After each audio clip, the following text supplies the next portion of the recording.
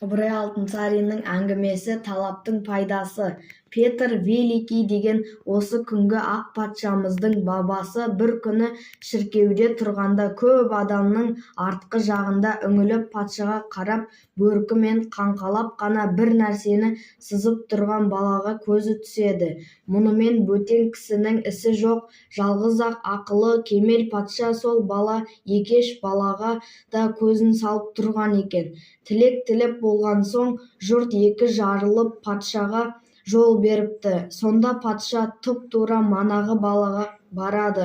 Бала қолындағы сызумен болып тұрып, тіпті патшаның қасына келгенін де байқамай қалыпты. Сонда жұмсақ шыраймен патша сұрады: «Не қылып тұрсың? Сенің жүзіңді жазып алайын деп едім».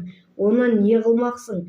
Даңқыл дабылдың жер жүзіне жайылған патшам, сенің суретіңді сызып алам, өміріме шейін ойымда сақтайтын едім». «Қане көрсетші сызғаныңды». Сол уақытқа шейін қорықпай жауап беріп тұрған бала сызғаныңды көрсет дегенде қысылайын депті. Сөйтсе де сызған қағазын әдеппен патшаның қолына берді. Қараса, сурет реушті де емес, әйтеуір өз білімінше сызған сызық. Бала ол күнде сурет салуды қайдан білсін? Солай да болса, әлемге ақылы жеткен патша баланың талапты, зерек екенін аңғарып, оқуға бергізіп, ақырында сол бала бүкіл орыс жұртына даңқы шыққан Матвеев деген суретші болған.